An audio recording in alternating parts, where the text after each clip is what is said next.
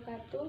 Perkenalkan, nama saya Ana Faridatun Hasanah, NIM 2018143004. Program studi PGSD kelas 5A. Di sini saya akan memenuhi tugas mata kuliah pembelajaran mulok di SD, yaitu saya akan mengambil tema pembelajaran perkebunan, yaitu perkebunan buah jambu madu deli hijau. Baiklah, sebelum kita membahas tentang bagaimana proses dalam perkebunan buah jambu madu deli hijau sesuai dengan kurikulum yang ada dalam tingkat pendidikan sekolah dasar,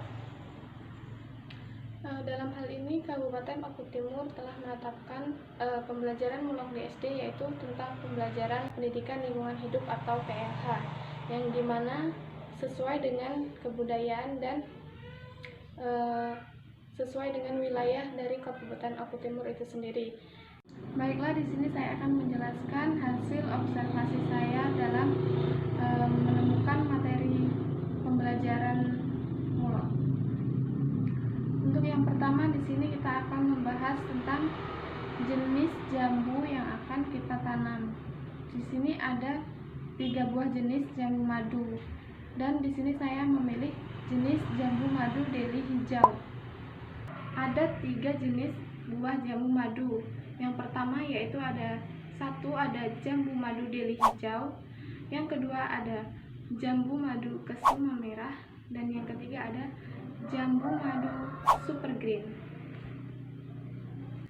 Baiklah, alasan saya memilih jambu madu deli hijau adalah karena dalam buah jambu madu deli hijau ini buahnya sangat manis dan hampir tidak memiliki biji sama sekali, dan juga penanamannya sangat mudah sehingga kita bisa menerapkannya atau menjadikannya pembelajaran mulok untuk anak-anak di sekolah dasar.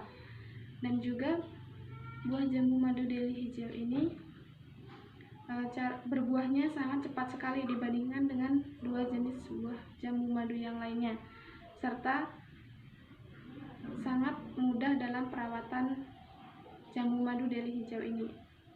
Berbeda dengan jambu madu kesuma merah.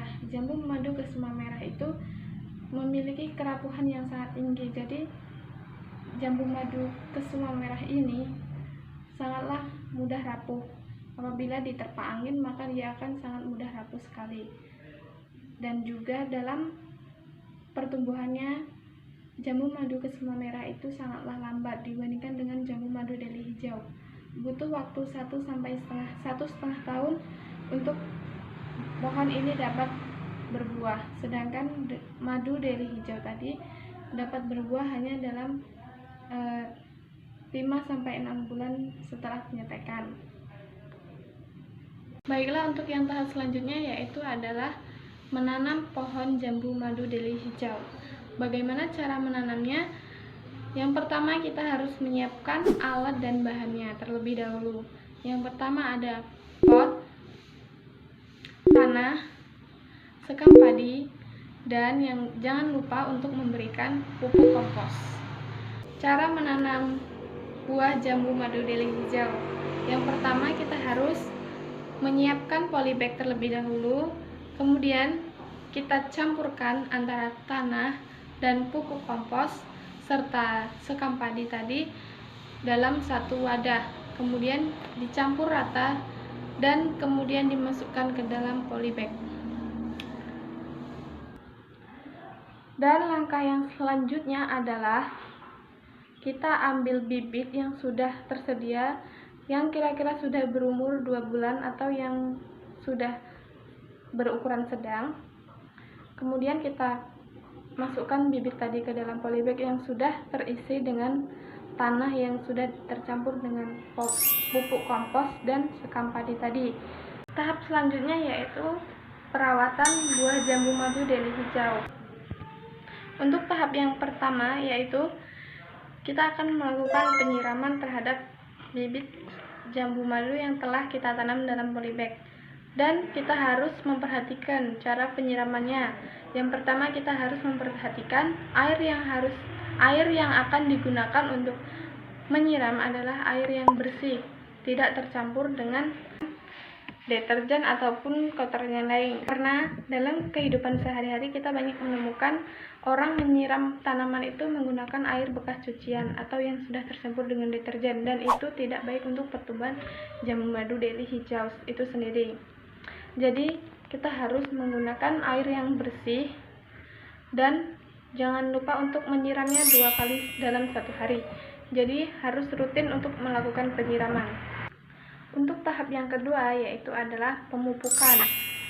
Pemupukan itu sendiri dilakukan guna untuk memenuhi kebutuhan gizi dari si pohon jambu madu deli hijau ini.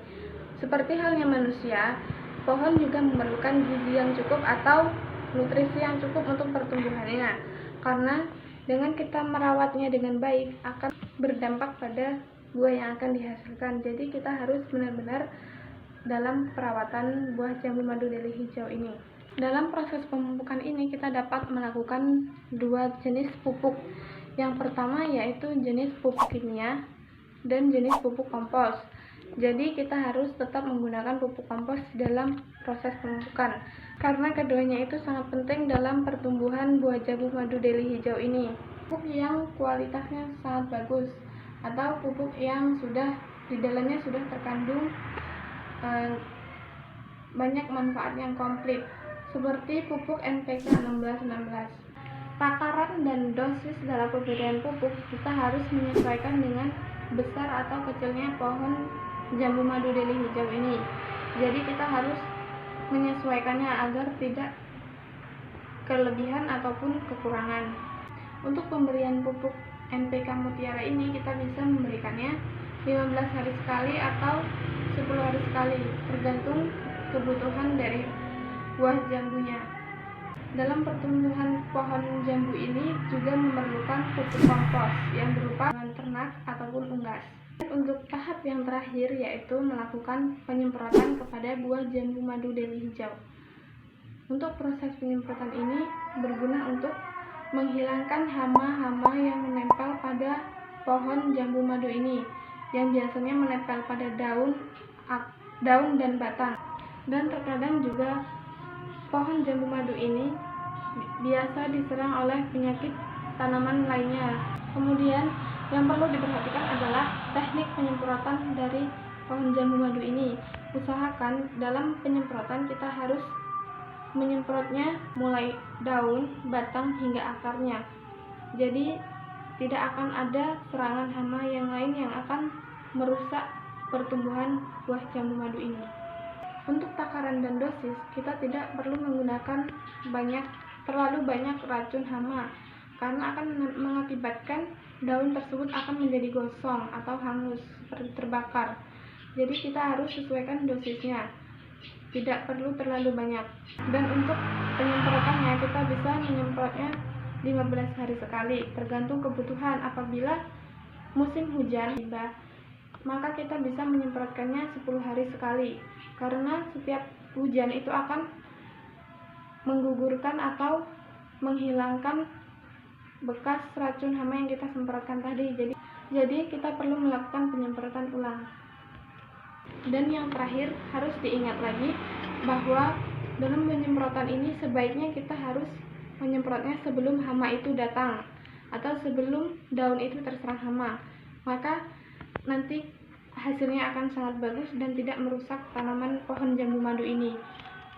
Baiklah, mungkin ini saja yang dapat saya sampaikan. Terima kasih. Wassalamualaikum warahmatullahi wabarakatuh.